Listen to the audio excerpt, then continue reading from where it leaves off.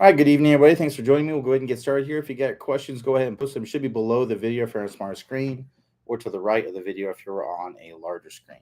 All right, so we will start here with uh, Chris A. So Chris A says, on the downswing, how can I stop the hit impulse of upper body, shoulder rotation, and lead the downswing with the legs and hip rotation?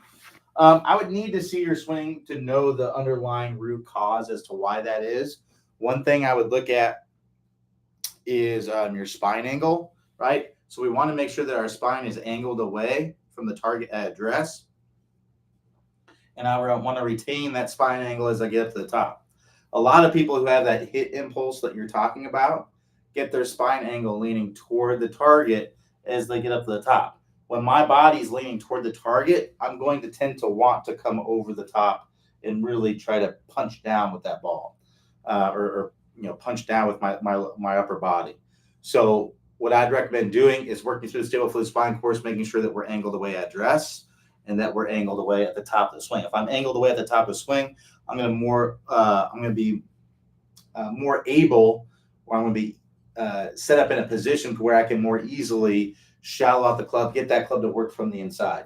And that leads me to my next point. A lot of the reason why a lot of people early release the club, they have that hit impulse, is because of the position they have the club at the top of the swing and the condition or the position that they have the club face. If we're coming down steep, we're going to tend to stand up and throw with our arms to shallow it out, right? Because if I stand up, look what happens to the club. The club shallows out, and I can swing it from the inside. If I'm coming down steep and I stay in my posture and I really cover the ball, right, then what's going to happen is you're going to chop down into the ball. You're going to come over the top. So what a lot of people do from this position is they'll stand up, and then it's all arms, right? And you're not getting that hip rotation through the ball. And then the other reason is because the club face is open, right? So if my coming down and my club face is open, I need to release it to square it up. That's one thing we want to understand, is that releasing the club, that is a way to square up the face, right? It's a way to get the club face from open to closed if I release it, or open to square, that is. So if I were to have that face open, stay in my posture, rotate through the shot, the face is just going to stay open. As a right-handed golfer, you're going to hit everything to the right. So your brain says, I want to hit it in the direction of the target. So what happens is you will stand up and release the club to make that happen, right? If we're going to release the club early, we have to stand up, right? Because if we don't, then we're going to stick the club into the ground. So working on the stable fluid spine and working through the 20-minute shallowing fix, where we focus on getting the club to shallow out and getting the club face in a better position. We work on all of those things. That's where I'd recommend going. It may not fix the issue because it really just depends on what the root cause is, but those are really the main things that I typically see. If you want me to be able to look at your swing and tell you exactly what you need to do, you'll want to join the online lessons so that way I can see what's going on. But if not, those would be if you want to work through it on your own, those would be the things that I would look at. So Greg A says, hi Q, last 3 weeks been working on the distance fix program. Quick background, 60 years old, purchased the PRGR launch monitor through TSG site. Started at 93 club head speed baseline and have now plateaued at 104. I feel to get further speed increase.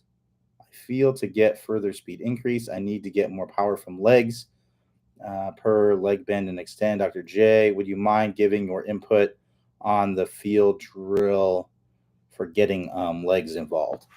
Well, I mean, the legs are what's going to provide your body to create more momentum, right? So when we're using the legs, what we want to feel like is that we're using the legs to turn the body, and that's what creates kind of a slingshot effect.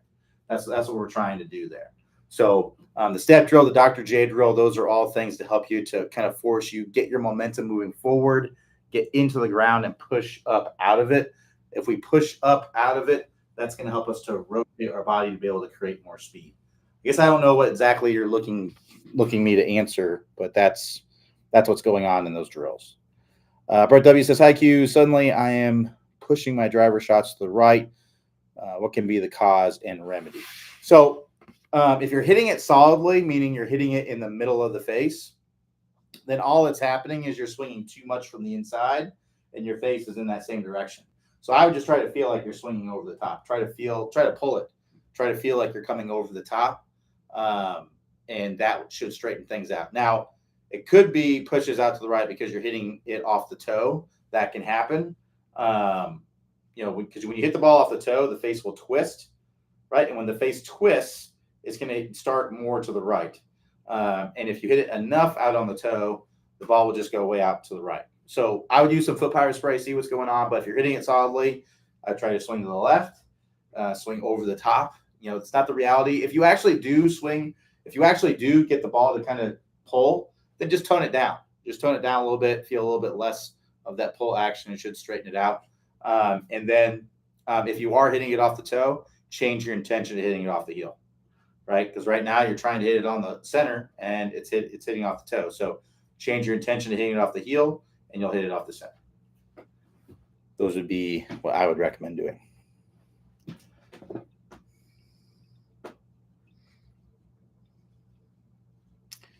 All right, keep the questions coming. Got plenty of time.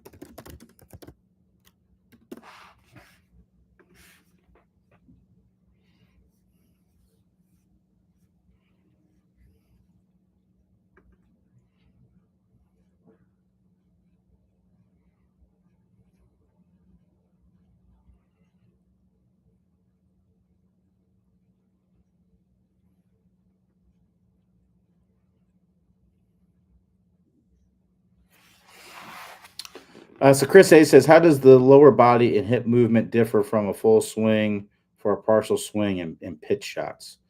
It really doesn't very much. It's just a shorter version, right? So, what I will say for a full swing shot, you're not going to have things moving together as much. It's going to be more separation to be able to create speed.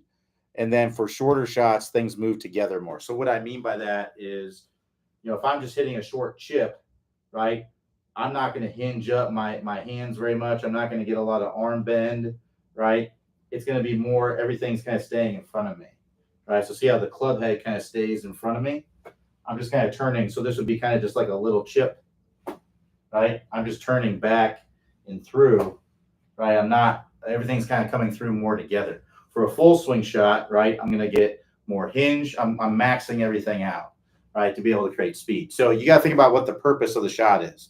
The purpose of a full swing shot is to get kind of your, to get speed, right? Now, if you're hitting an iron, you're trying to get speed, a good mesh of speed and, the ability to make ball first contact, center face contact, get to square up the face and things like that, right? Because obviously you could swing with more speed, but you may not be as accurate. So you want to have that good combination there that would create that. But for an iron shot, I don't need all those speed elements. So I don't need to use all these these things to help me to create speed. I don't need a ton of wrist hinge. I don't need full arm fold. I don't need a ton of lag. I don't need to lag the club a ton, right? I don't need to have a big pressure shift into the ground, right? Everything's going to be kind of moving through more together. It's like think about this. What's the difference between just like tossing a ball or tossing like a piece of paper into a trash can or throwing a fastball, right? It's basically like the same thing. If I'm tossing a paper into the trash can, like I'm not going to take a big wind up, and get cock my arm way back and then just go like that, right? That's totally unnecessary. I would just kind of take it up, and I would probably not even use my body very much. It'd probably just be a lot of arms, right? If I if I wanted to throw it as fast as possible, I'm not going to be able to throw it very fast doing this. So it's kind of the difference, right? If I'm just hitting a little short chip, it's just like tossing a ball. I'm just going to take it back and take it through. If I'm trying to hit a longer shot, I'm going to be taking a full swing, fully hinging, and all those things. That's really what the difference is.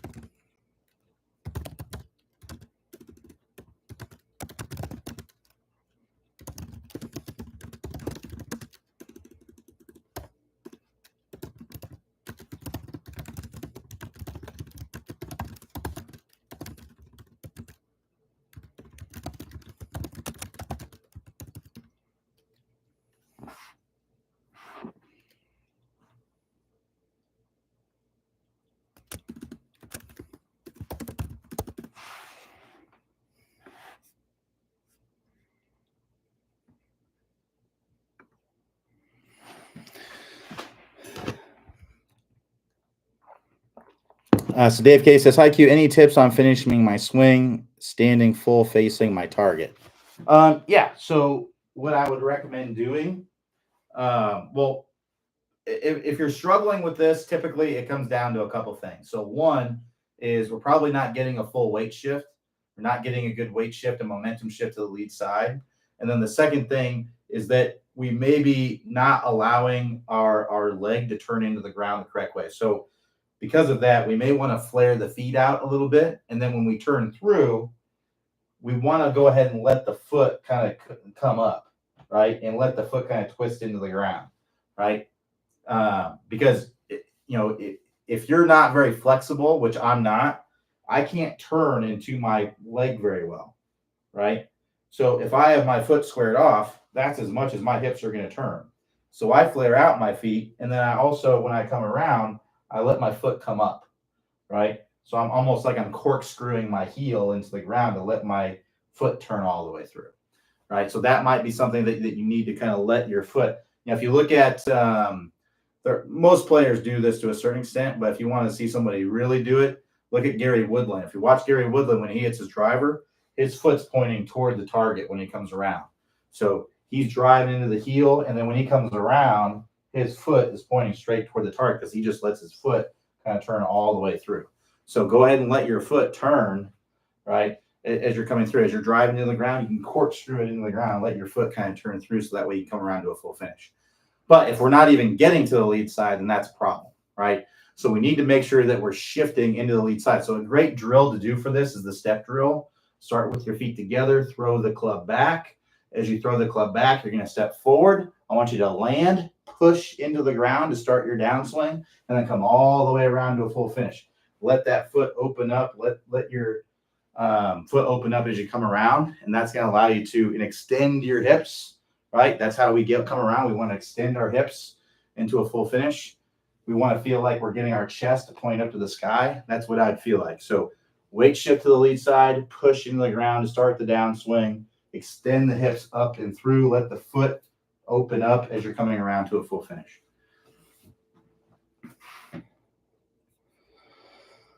So Aldo says, hi, Q. I struggle to open my hips and shoulders at impact. They are square at impact. I understand they should be open approximately 45 degrees. What field should I have to become aware of? Any drills you can suggest? Thank you. So first and foremost, your shoulders shouldn't be very open at impact. They'll typically be a little bit open, but they're not going to be as open as your hips are. Typically, the hips are anywhere, when you look at the best players, when you look at the pros, they're usually around 45 degrees open. Not all of them. There's some that are only 20 degrees open, and there's some that are 80 degrees open, right? But the average is probably around in that 40, 45 degree range. And then the shoulders are typically about 10 degrees open, 10, 12 degrees open, somewhere in that range. Some players are square. Some players are more open than that, but most of them are going to have their shoulders slightly open. So I just want to make that clear distinction. So that way we're not trying to open up our shoulders as well, because if we open up our shoulders as well, typically what's going to happen is we'll come over the top, right? So if I open up my hips and my shoulders at the same amount, I'm typically going to come over the top. So I want to open up my hips, but my shoulders are going to be, more square to slightly open. All right. So that's first and foremost. Now, the next piece, and I actually alluded to this earlier because someone asked about getting their hips open earlier. I don't know the reason specifically for you why you're not getting your hips open. It could be one of a lot of things, but there's typically two things that I see. I can go over the most common ones. All right. So the most common ones are coming down steep and having an open club face. And a lot of times those happen at the same time as well. So let me explain why people struggle with getting their hips open when they're coming down steep. All right. So if I'm coming down steep like this, if I were to open up my hips when I did that, well, look what's going to happen. I'm just going to come way over the top. I'm going to hit terrible golf shots. Right. So what people do when they start down steep is they'll stand up, right? And that gets the club to now shallow out. But now look, I come into impact and my body's squared up to the ball, right? Now, this is a way to shallow out the club. And I would much rather have the golfer that stands up and shallows out the club than to have the golfer that rotates their hips and comes down steep and over the top, because that golfer that comes down steep and over the top is going to hit terrible golf shots. They're very rarely going to hit a good golf shot. The golfer that stands up out of it, they're going to have a much better chance, right? If they can coordinate that, they can get the club to work down to the ball to get the ball to go in the direction that they want. So that's one.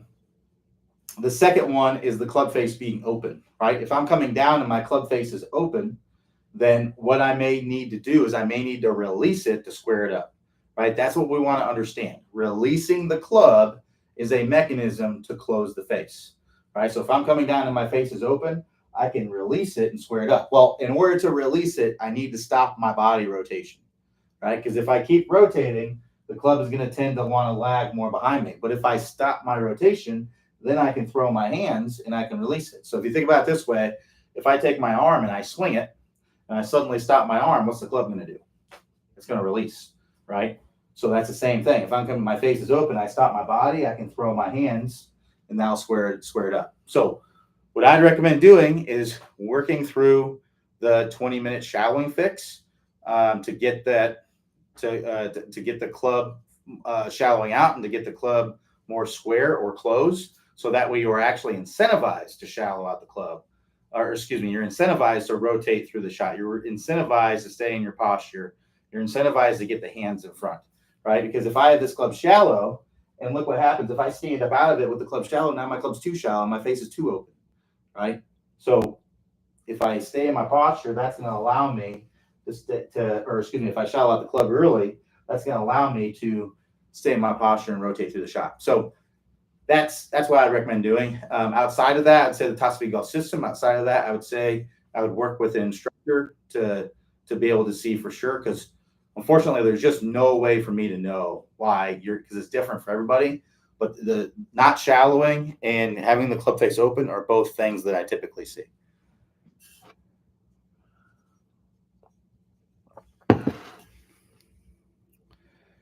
So Aldo says, I tend to bring the club from the inside. My club face is typically square to close. Right. But that's with what you're doing. That's with standing up. Right. So if you think about it, if right now, if you're standing up out of it and your hips are square, sure, your club face in your club might be in a great position, but that's because you're not rotating. If I was here and now I'm in my posture and I'm rotated, well, now look, that club's way over here. So I have to get the club more behind me. I have to get it more shallow in order to be incentivized to rotate. If you don't shallow out the club, you have no reason to rotate through the shot. Zero reason. You actually have a reason not to, because if you don't, you'll actually be able to hit shots in the direction of the target. If you come down steep and you rotate, you will hit everything. You will come down. You'll come down even more steeply, right? So you don't have any reason to do it. What we have to understand is that golf is a target game. We're trying to hit the ball in the direction of the target. So a lot of the motions that we make are in an effort to get that to happen, right? And it may not. It's a solution, right? But it may not be the solution that the best players do, but it is a solution. So, like I said, I would much rather have a golfer that stands up and shallows it out than to have a golfer that stays in their posture and comes down steep, because the golfer that comes down steep will not hit very good golf shots. If they hit a good golf shot, it's really just luck. They basically missed their way into a good golf shot. They either miscalculated their shot, right, and somehow got the club to work on it. Because people who come down really steep like that tend to have no idea where the ball's going. So yeah, we got to get shallowing out so that way we have control of it. Oh, that makes sense. I do stand up and out of the swing. Thank you once again. Yeah. So like I said, standing up, that is a means of shallowing out the club. That's a way to shallow out the club. So if you don't stand up, you have to find a different way to shallow out the club. And that's going to come from your arms and your hands, right? So rotating my forearms, rotating my shoulders, right? That's what's gonna allow me. Now, we don't want to dip the shoulder. I don't want to do this, right? I want to stay in my posture, but the shallowing is going to come from my arms, right? That's what's going to help me to shallow out the club.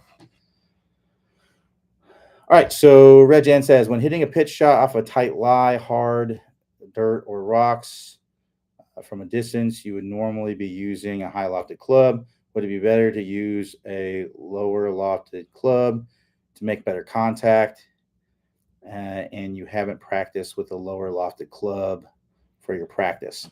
Well, what we have to understand is, like, you're not likely going to be able to hit it low, because the club, if you're on really hard, like rocks, if it's like really hard dirt, you're probably going to have a hard time getting underneath the ball. So it's going to come out low. I would use a high lofted club, so that way you can have spin on it, right? So you just use this typical form, right? So feet close together, right? Feet close together, club head or so apart, ball about middle of the stance, weight forward, and focus on turning your chest back and through, keeping your weight forward, turning chest back and through. So again, I'm not hinging this up. I'm not folding my arm a ton, right?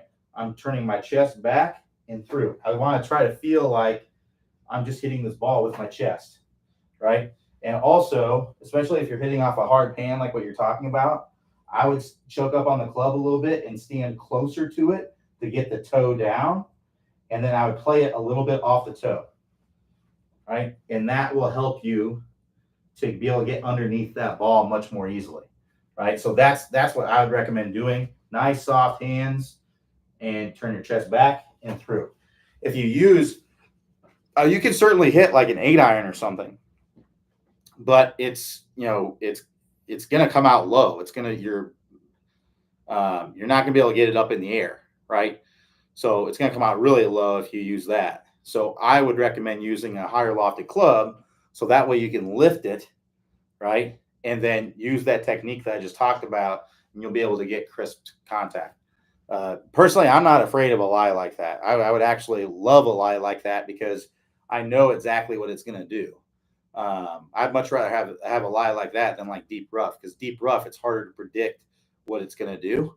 But if I can get clean contact on the ball, I can have a much better idea of what it's going to do. Now, if I was short sighted or something like that, that's going to be a tough shot. You may have to take your medicine because it's going to be hard. That ball is going to come off the face kind of hot. You're probably going to be able to get some spin on it because it's going to be clean contact, right? Because if you're hitting off of dirt, like it's not, if it's hard dirt, that club's not going to dig, right? So it's not going to get a bunch of crap on the face, most likely debris on the face that's going to cause the ball to slip. You're probably going to be able to get some spin on it, but you're probably just not going to be able to get it up in the air very much. I don't remember what tournament it was, but it was a couple of years ago. I think it was Zalatoris. I think it was at the Open Championship. He ended up hitting off of he had an amazing shot, like off of basically like a road, kind of like what you're talking about, hard dirt, rock, and hit it perfectly, right? And it just comes down to he knew what it was going to do, right? Um, because it's just clean contact, right? It's just a matter of controlling. Now, obviously, you can hit the ground way before and it'll bounce off the concrete, but that's when it comes down to skill, right? Having the skill to be able to control the bottom of your swing.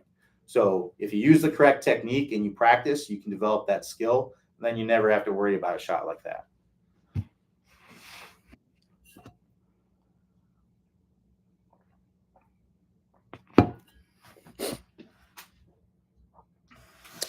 So Reg N says, on a tight lie, would it be better to use a low bounce or a high bounce club? Low bounce. That's why you put the toe down, so that way you can get underneath the ball. You're not really using the bounce that much. On a lie like that, you're not really using the bounce. You don't want to use the bounce, because if you use the bounce, the leading edge is going to be too high and you're going to scold it, right? Where you're going to use the bounce is when the ball's like sitting down, or it's like in a fluffy lie or something like that. That's when you're going to use the bounce. You're not really going to use the bounce on a tight lie.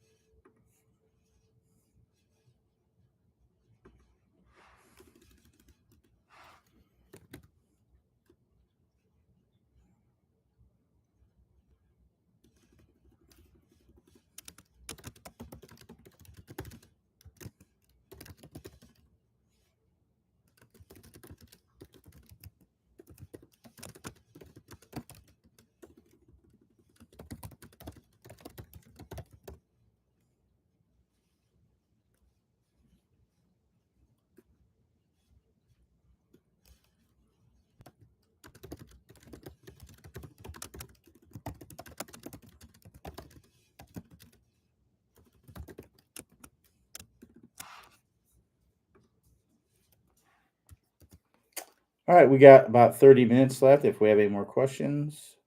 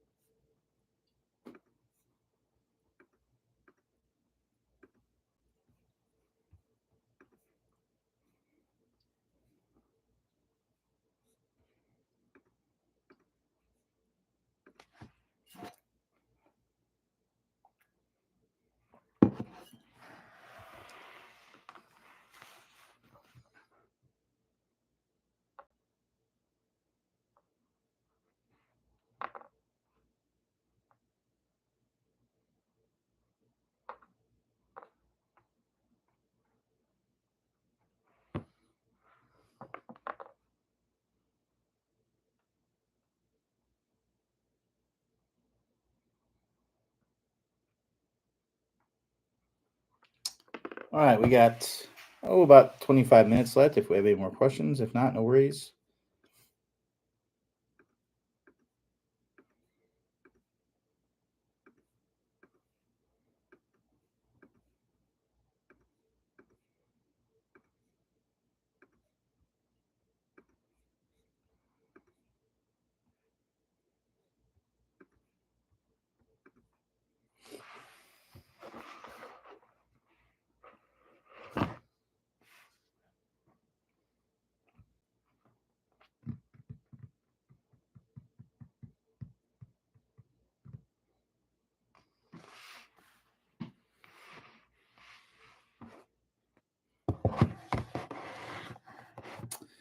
All right, so Aldo says, and Haiku, another issue that I'm having is I don't extend my arms in the follow through. I tend to fold them after impact. What do you suggest? It just goes back to exactly if you don't rotate, your arms are going to keep going, right?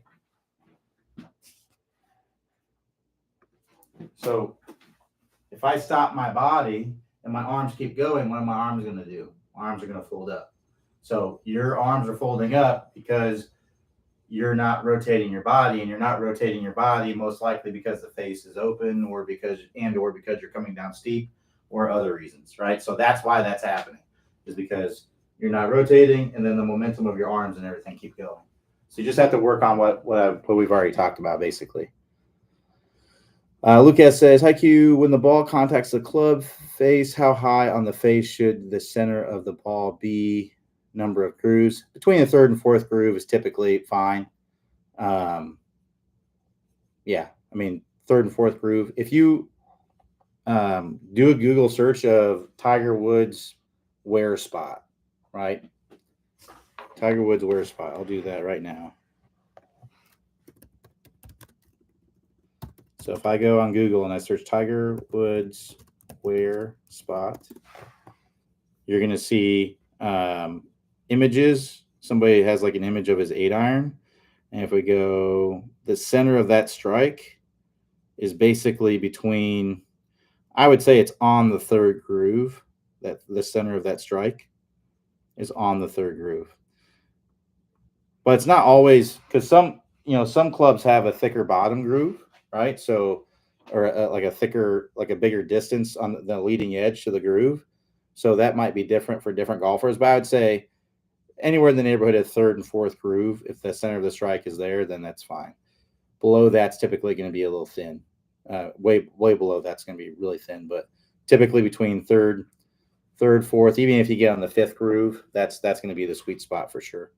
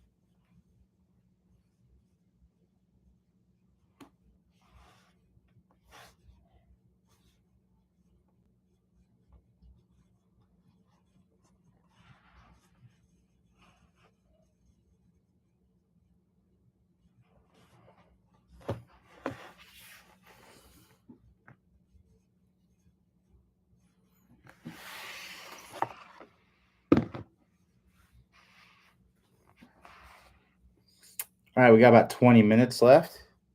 If you got any more questions. All right, I'm going to go run an errand real quick, and I'll be right back. See if you guys got any more questions.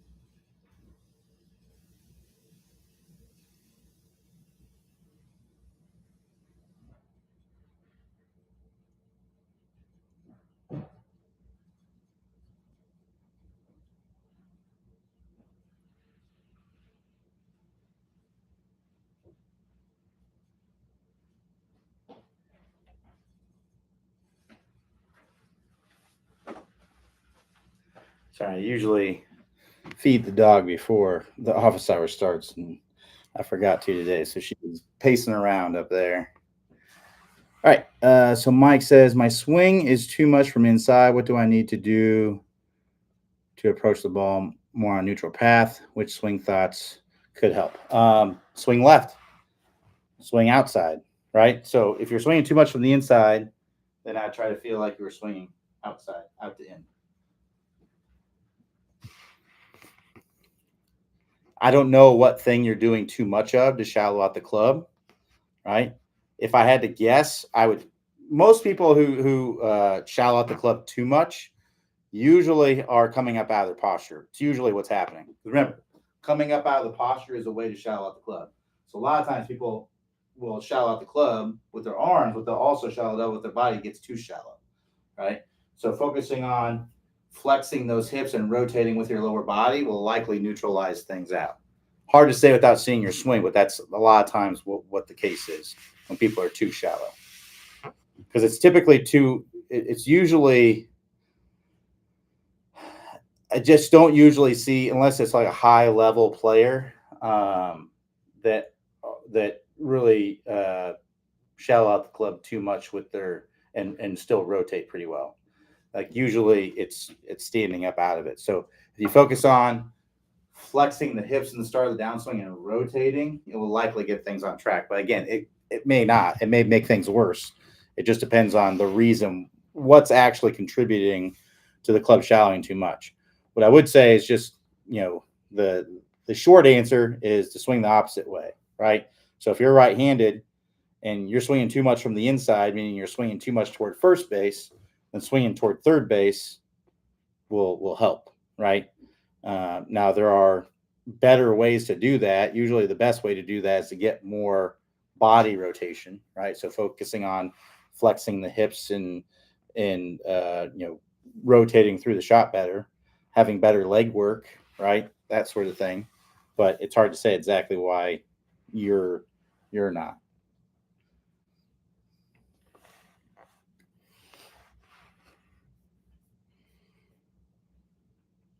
And if you go to the 20-minute shallowing fix, if you go to drill number 3, so the way the 20-minute shallowing fix works is we get you to basically over shallow out the club, right? We get you to shut the face down. We get you to over shallow out the club. So drill number 1, we get you to shut the face down, right? We're going to hit those 10 hooks in a row. Doesn't matter where it goes. It just matters that hooks, right? We're going to do that by getting the club face closed, right? So that's drill number 1. Once we get the club face closed, now we're incentivized to swing way to the right. So then we get you swinging way to the right with drill number 2, right? Now we're going to get the ball to start to the right and hook. And then once we've done that, then we tone it down, and that's what drill number 3 is. So you could also work through drill number 3 and the feelings and things that Clay talks about there. So to get to that, click the instruction tab, then click the 20-minute shallowing fix from there.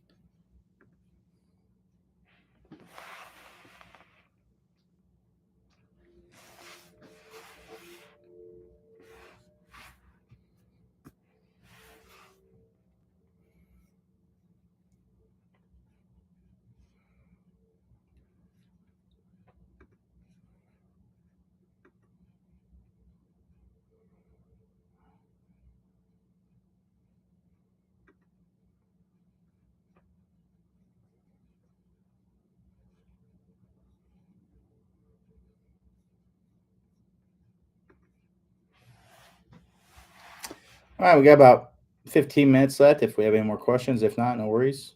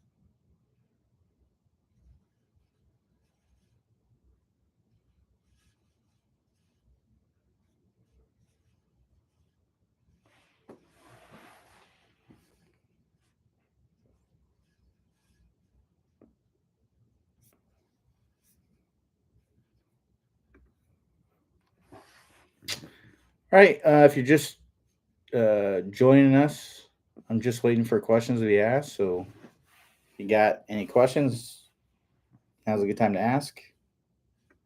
I'll stay on here till 6 o'clock my time. So no big deal.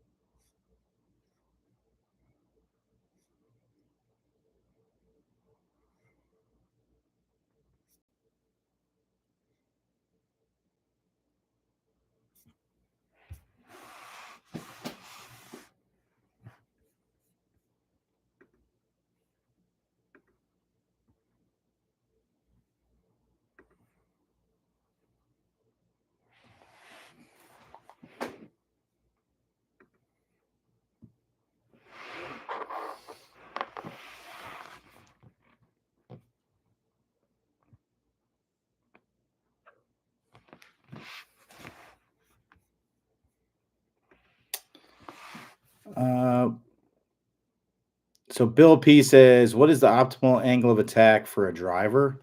Well, I mean, optimal for what?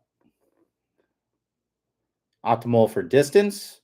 I mean, a lot of that depends on your club head speed. You know, the long drive guys, they're hitting up on it like 8 degrees, 10 degrees. They're hitting up on it quite a bit.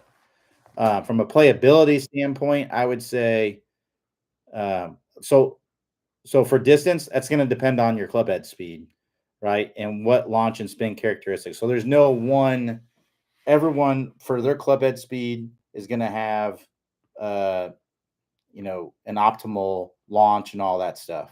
So I would say if you're hitting up on it any amount, you're in good shape, right? I wouldn't fret between 3 and 5 degrees. Like if you're hitting up on it 3 and 5 degrees, that's what the longest hitters are typically hitting up on it on the PGA Tour is somewhere in the neighborhood of 3 and 5 degrees. Like Rory in the neighborhood of 3 and 5 degrees. There are some players that are hitting more level on it, but you also have to consider playability when you're hitting up on it, right? So when you hit up on it, the ball is going to go higher, right? So if you have a lot of club head speed and you hit up on it, you're going to be hitting moon balls, and the playability of that can be difficult, right? Because you're just hitting it so high, big pop flies. Now the ball's going to go farther, right? But you may have a hard time controlling that, especially in windy conditions. So it's all about the kind of shot that you're trying to hit. If you're in long drive, I mean, really, you almost can't hit up on it enough, really. If you're doing that sort of thing. But if you're for a playability standpoint, I would say if you're anywhere in that neighborhood of 3 to 5 degrees, or even if you're 1, 2 degrees up on it, it's still going to be fine. It's not going to be optimal if you hit up on it a few more degrees. Now, what we also have to understand is when we hit up on it, we also to get that high launch, and the whole reason why we want to hit up on it to begin with is to get high launch, low spin. That's the whole reason, right? So if I hit up on it, so let's say I'm coming in right now and I'm like this, right? And let's say I'm swinging very level on it, right? Well, if I just take that and I tee it up higher, tee it more forward, and now I'm like this, that's not really helping me. Sure, I'm going to hit it higher, but I'm not really lowering. I'm not getting the spin down. I'm still going to keep the amount of spin that I have on it because I haven't changed the delivery of the club, right? I'm hitting up on it more, but I'm not de-lofting it, right? So those two, you have to bridge the gap between the loft that you have at impact and the angle of attack that you're having on it. It's called spin loft, is what it's called. you want to reduce your spin loft to be able to hit the ball as far as you can, right? So that's really what it's about. So if you hit up on it, but then you just add more loft to it as well, that's not really helping you hit the ball much farther, most likely. You're just going to be hitting it higher with the same amount of spin. And that's not always better. So what you want to have the feeling of is that you're hitting up on it, but you're also de-lofting it. So it's almost like a top spin forehand. That's what you want to feel like it's coming up like this. Top spin forehand. That's what you want to feel. That's going to allow you to get the high launch and the low spin, which is going to allow it to go farther. But if you just hit up on it and then you also add a bunch of loft, right? Well, that's not really going to make the ball go much farther, if at all. You may not hit it. You may hit it shorter, depending on the whatever you had before. So Red Jan says, do you have any suggestions regarding the mental side of the game, books, podcasts, or any other ideas, something that may have helped you? Anything by Bob Rotella, Dr. Bob Rotella is good. There's a lot of, he's written a ton of books. He's probably one of the leaders in that. I think it's called Be a Player, I believe it was called. I like that book. It's called Be a Player. Yeah. That one was pretty good. Yeah, it's just called Be a Player. It's by I don't know if it's pronounced Pia Nilsson. That was good. I like Fearless Golf. Zen Golf is good. These are all books that I've read for mental. But yeah, Bob Rotella, anything's good.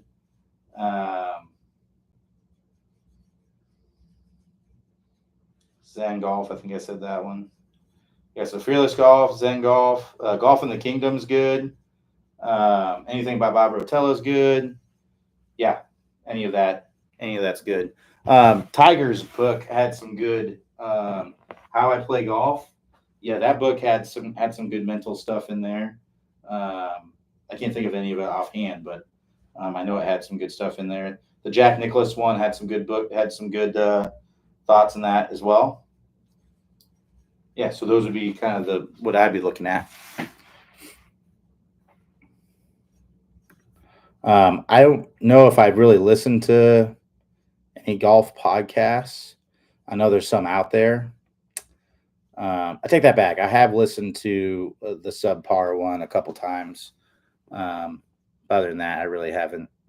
But books, those are basically all the books that I read. Anything Bob Rotella, Zen Golf, Golf in the Kingdom, Fearless Golf. Those are all good ones. Oh, there was another one. It wasn't necessarily golf specific, but it's a guy that works with a lot of golfers. I cannot remember the name of that book.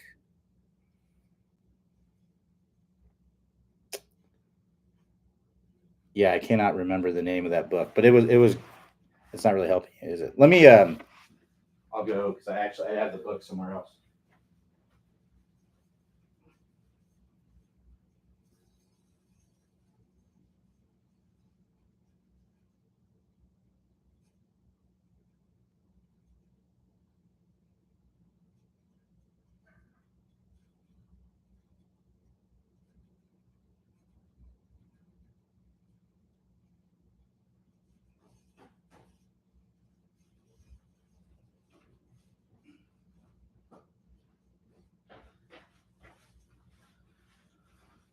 It was this one here, Brett McCabe, Break Free from Suckville. This one was pretty good. I like that one too. It's not necessarily golf specific, but there was a lot of he works with golfers, I know. Is like a mental coach. So that'd be another good one. All right. I'll go ahead and sign off. Thanks everybody for joining. We'll be back here tomorrow, Tuesday, 11 a.m. Eastern. We will not have office hours on Friday, just a heads up, because we have a clinic that day, but we'll be normal schedule the rest of the week.